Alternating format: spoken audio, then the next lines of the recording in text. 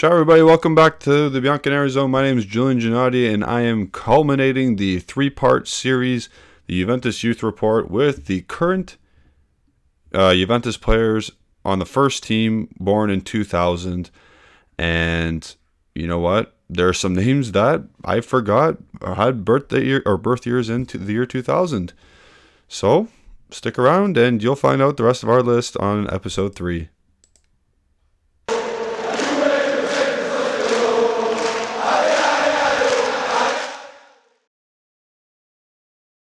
And welcome back to episode 3. As I was saying before, there's some names on this list that I totally forgot were contracted by Juventus. And when we go through these, some of them, obviously the ranking system I have, it's ability, then like first team possibility, and then stardom. So when we go for the first team thing, it's like staying on the first team or like consistently reaching the first team in years to come. So we'll go by that, ranking by that. So to start us off, we're going to go with Barbieri. Oops, I clicked the wrong button. There's Barbieri. I have a high first team rating for him. I in a previous episode, I said I don't really rate him, which is still true. I don't really rate Barbieri at this point, but the first team ranking is so high because we currently lack that department on the field. He's a fullback or a wingback, whatever you want to call him. He's already gotten a Serie A start this season. Again, I don't rate his technical ability. I don't rate his attacking third ability. He's not good in the attacking third yet. Defensively, he's okay. But we need better, obviously, if we are serious about contending for titles again. I have started him at 2 because he is young and he has a chance to be in the first team and he has a chance to get better. So we'll keep an eye on Barbieri for now. I think he's one of the lower rated ones on this list in this particular episode. But in terms of first team ability, he's probably going to be on the first team pretty soon, maybe even next year. So we'll stay with him for now on there. I'm not high on Barbieri, though. Next is another guy that I'm not high on, but he still makes this list because he's still got some random starts in the middle of the season. And he's another guy in the pecking order for central midfield. It's Barnechea. And he was fine when he started his games. He didn't look out of place, which is good. At this point, is he an improvement on Fagioli, Moretti? Go down the list. Rovella when he comes back. Pogba. I'm not going to say Rabiot because who knows if he's going to be here. Paredes won't be here. I'm forgetting someone else. It doesn't matter. Is he better than those guys? No. So is he going to start a lot of games? No. I think he's probably best to go out on loan to a potential middle or mid-table club to get more experience to see if he can actually truly cut it at this level. That's why I have to start him kind of low. He's no flair to his game, which is fine. If you're a holding midfielder, I don't want too much flair from you. Not everyone can be a Rodri. Not everyone can be a Casemiro. So I have his first team ranking at 3 stars because he's already been in the first team and he's already started matches under Max Allegri. So it was random, but we'll see. We'll see with him. He's in my opinion, he's a middling prospect. So on the higher end, just because he's played some games and on the first team already. Next, we'll go for a full-fledged star of our midfield. Wow, I was really harsh on his ability. No, not really. It's a 4. If looking back on it now, this is recording after he scored his 3rd goal of the season against who did we play this weekend? Cremonese. The rocket from the top corner. Well, not really top corner, top of the net. He's good. He's very good. I was proven wrong at the beginning of the season where I said I don't know if he can cut it yet after dominating Serie B last year. I didn't know he could just come in and start and be very productive on the second place team in Serie A. He's a catalyst. He moves the needle. He's refreshing to watch in midfield. He's young enough where I can see potential stardom come from Fagioli.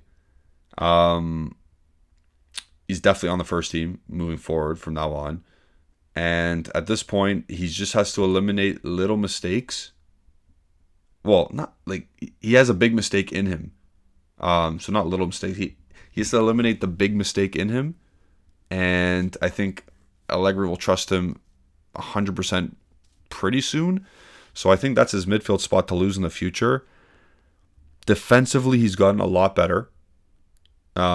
He's improved miles because at the beginning of the season in the U.S. Tour, he was lost defensively. And of course, when you go from Serie B Cremonese to like when you're playing free-flowing attacking football with Cremonese and Serie B dominating shittier teams, of course you're going to come to Juventus and struggle under a physically, defensively demanding coach in Max Allegri. But I think he's improved like top notch. He's not the best. Don't get me wrong. Like he's still not not a liability, but he's still scary if he's paired with Moretti, let's say. He still needs a defensive midfielder with him like Arabia or Paredes, but he's grown in that department of the field. Attacking, he looks inventive. He looks for chip through balls. He looks to play around the edge of the area. He'll take chances. He'll shoot the ball. He'll score some great goals. The Lecce goal, wow. Cremonese goal, wow. He scored against Inter. A-plus season. A-plus season from Fagioli. Without him, we wouldn't be second. I truly believe that. He injected the team with youth and with creativity. I'm going to save what I was going to say next for our year-end video at the channel, but Fagioli's been a breath of fresh air, and he's got high rankings for a reason. Probably out of our 2000 and younger prospect pool update, he is a top 3, in my opinion. So moving on, we're going to go to Moe Hatarin, who got all the ability in the world. Never going to make the first team because I think he already got binned, and he could reach stardom, but like he's hanging on just because he's so good on the ball. But I've never seen the guy play football for Juventus in my life.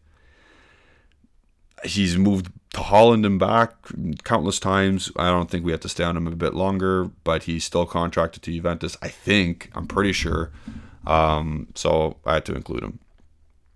Moving on. What a shame also it would be if his career just ended now, because he was technically a very gifted footballer.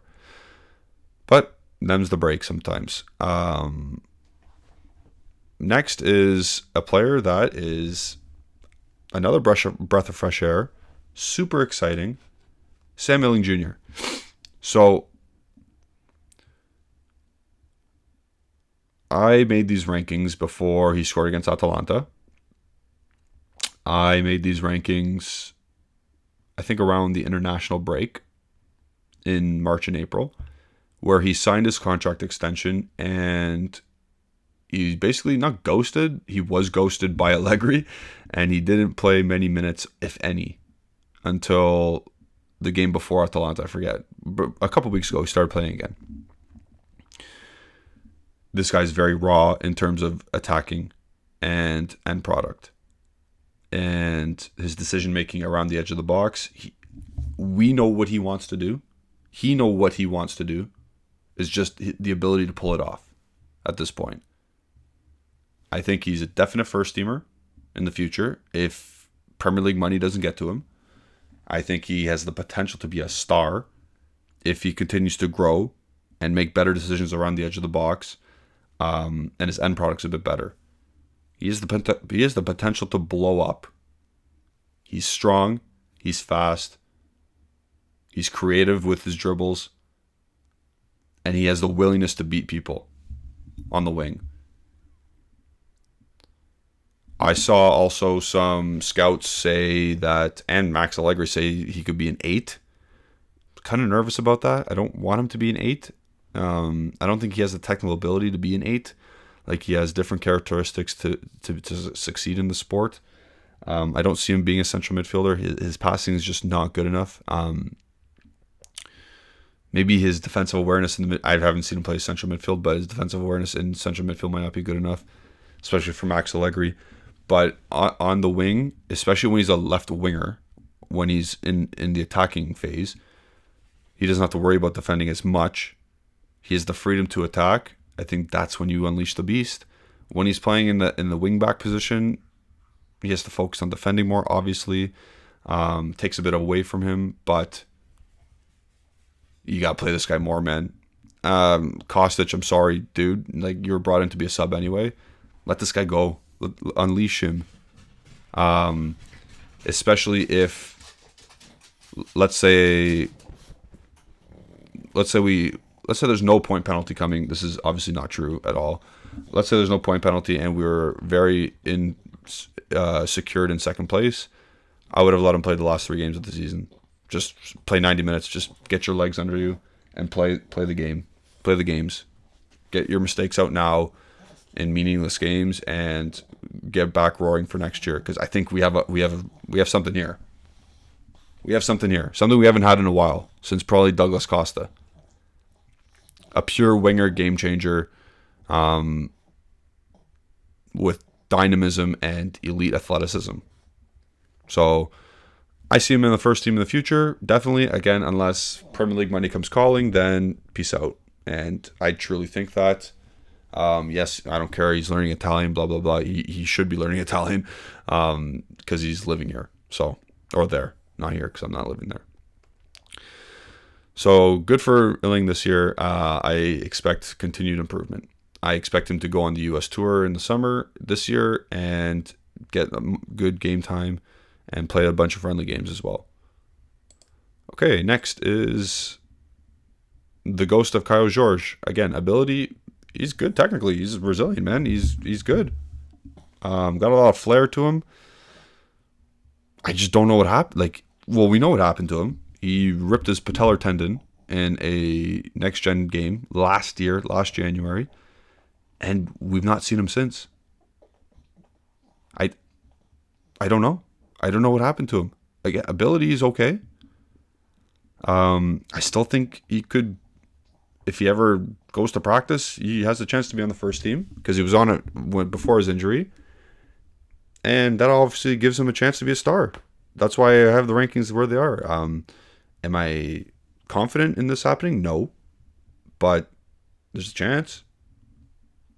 It's just very weird what's going on with Caio Jorge.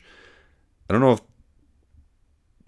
they are admitting a mistake by not just using him at all. It's kind of not fair to him in his career. Maybe move him on. I don't know. But I'm not confident on his situation with the club going forward. I think it's quite clear at that. So we'll move on to the next player because not really worth talking about. This is controversial. He's a controversial player amongst Juventus fans everywhere. When he wants to, and when everything's clicking for this guy, he is almost unstoppable. He's got the pace, he's got the power, and when everything's clicking for him, he's got the goals. He's almost guaranteed to play in the first team, except now he's in a pecking order behind Milik and behind Vlahovic. I would love to see him used on the wing in a 4-3-3 with him being allowed to dribble and attack. I know his link of play isn't great. He's one of those guys you bring on for 20 minutes when you need a goal and everything's clicking and he's just running at people. So I think he's a good squad player. Definitely a good squad player right now. Stardom, he's still young enough to get that stardom. I can still see him eventually, even if it's on Juventus, I can still see him scoring 15 to 20 goals in a league season. Um, confidence is a big issue for him, and continuity is a big issue for him. Getting their correct playing time and being put into positions to succeed. So I still like Keane. Like, we know why we are frustrated with him sometimes because of his ability, like his focus and his ability on the field, and what the hell is he doing sometimes. But the other times where it's clicking, it's like, oh, that's why. That's why we want him still. Very, very polarizing, very frustrating player to have on your team, but still young enough to be an X factor. So, yeah, we'll move on to another midfield maestro, and I think Fagioli's been better than Moretti this year.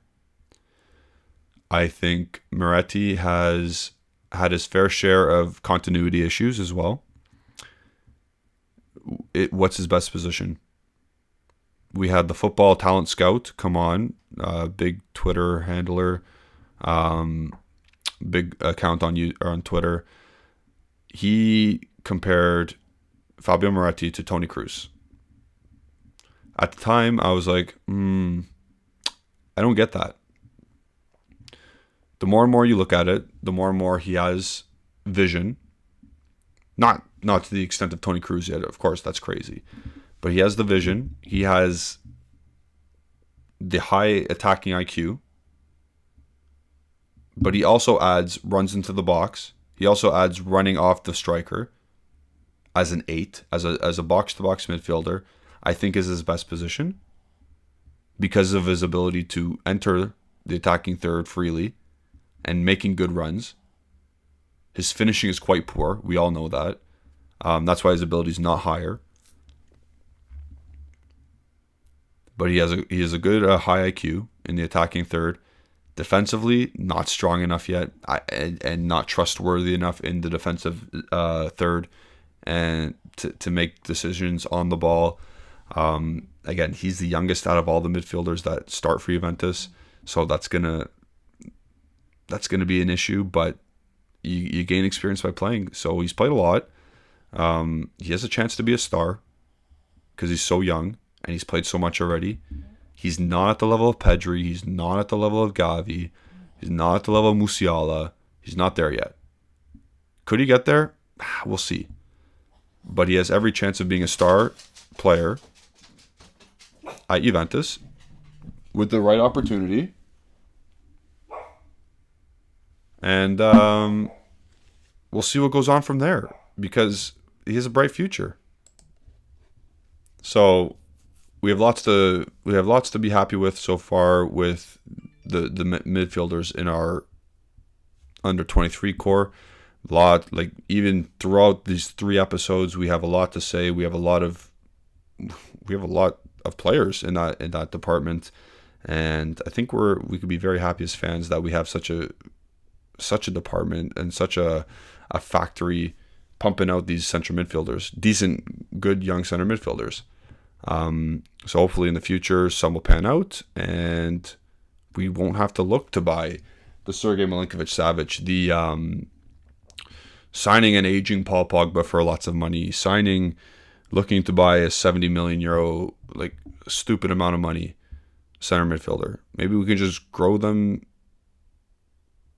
through osmosis, through our youth setup, and we can spend on that a striker because we lack strikers in our youth team. We lack fullbacks. We lack central defenders. We've noted 2, but one's De Winter and one's Huijsen, but we need more. We'll move on to the next one, and this guy is currently with Argentina at the U20 World Cup, scored a goal already. This guy's flair and ability, technical ability, is probably the best, I'd say, out of all the 20 or 2000s and higher and younger. His touch, his ability to dribble into space, his ability to dribble around where opponents are near him, He showed glimpses and flashes of absolute brilliance already in Serie A this season. I think he needed more minutes. I think he needed more game time to establish himself. I think that's why he went to the World Cup with Argentina, because he knew he wasn't going to play a lot in the stretch of the season. But honestly, this guy's ceiling is so high. There's comparisons to Di Maria and a Di Maria Dybala split down the middle. Like, this was where Sule lied. He had the dynamism of Di Maria, but the finishing ability of Dybala. We haven't seen the finishing ability yet. He did score a goal, but like, we haven't seen him like do. He's tried his curling shots, but they haven't gone in yet because he's not there physically yet. But this guy's ability on the ball is second to none. The closer you get this guy on the ball, closer to the opposition net, the more damage this guy's going to do. He's just going to grow with experience and age. This is a gem. So I don't know what the plan is next year. I hope it is to play him more. I hope it is to give him game time in a spot where he is comfortable.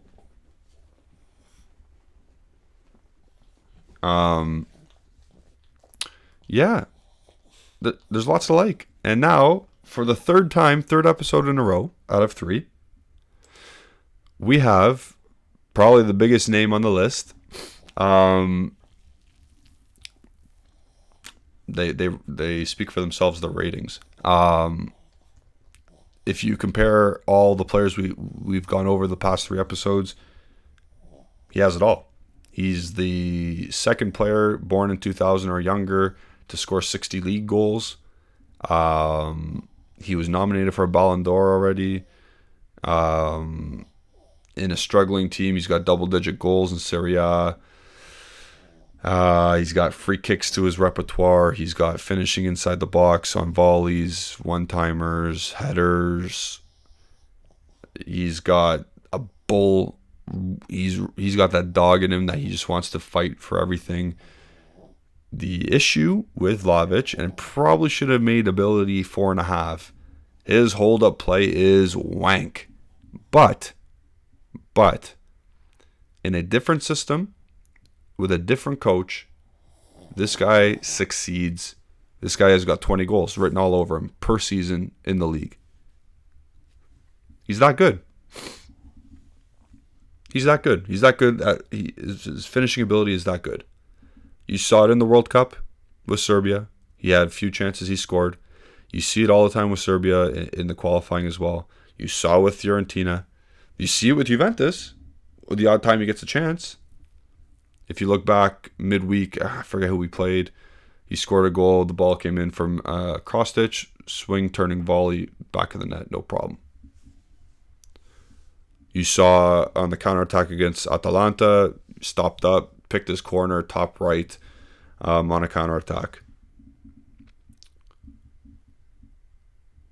Dude could do, like, he is the second best young striker after Holland in the right environment. You see Osimhen in the right environment and he is flourishing.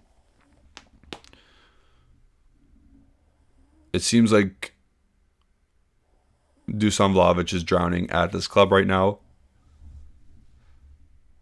I have him rated as a first-team player for the future because if he stays 100%, he's going to be a first team. He is the future of the club. However, due to the club's inability to adhere to court law in the eyes of the FIGC, we will not be making Europe, most likely, unless we win the Europa League. Max Allegri is the one who's holding his head underwater and not allowing him to flourish, asking him to hold up the ball in no man's land against 3 defenders.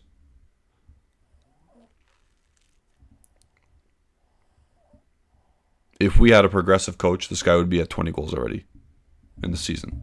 Probably more. And then the off the field stuff wouldn't even matter because we'd be so far in advance in second place or even pushing first maybe. It's coaching that is literally holding this guy back from, like, he's already a star, from superstardom, from not top 30 Ballon d'Or nominations, top 10, top 15. So I'm going to end it there. A little bit of a sour note, but this is one of the best players born in 2000 in the world. And for now, we have to be happy that we have him. But for how much longer will we have him? That's the question. So there's our list of players that are on the Juventus first team officially. Out of the list, I think Fagioli, Junior, Keane, Miretti, Sule, and Vlahovic are staples to the future of the first team. Barnechea has a chance. Barbieri has a smaller chance. Kayo has an even smaller chance. And Yehatarin has no chance. So those are my lists. What is yours? Let me know in the comments section down below. Did you like this youth report, JUTH report? Let us know in the comments as well. Maybe we'll do more episodic series in the future, not just about the youth team or youth players, potentially about all-time teams or whatever you guys want. Let us know. Like the video if you haven't already. Subscribe to the channel if you haven't already. Follow Bianconeri Zone on all social media platforms, Twitter, Instagram, and Facebook at Bianconeri Zone. Follow myself at Gennady151. And hopefully we get some more in the cooker. Hopefully we get some more youth players. I know a lot of people and fans like tracking that stuff. Hopefully this allowed some comparison. Like, do your notes check out with my notes? I don't know. That's why we love the game, because we can all have different views on it, on players, where they stand, and how they fit in to the team. So with that, thank you all for watching. Again, like I said, like the video. It really helps our channel grow. Ciao. We'll see you next time. Peace.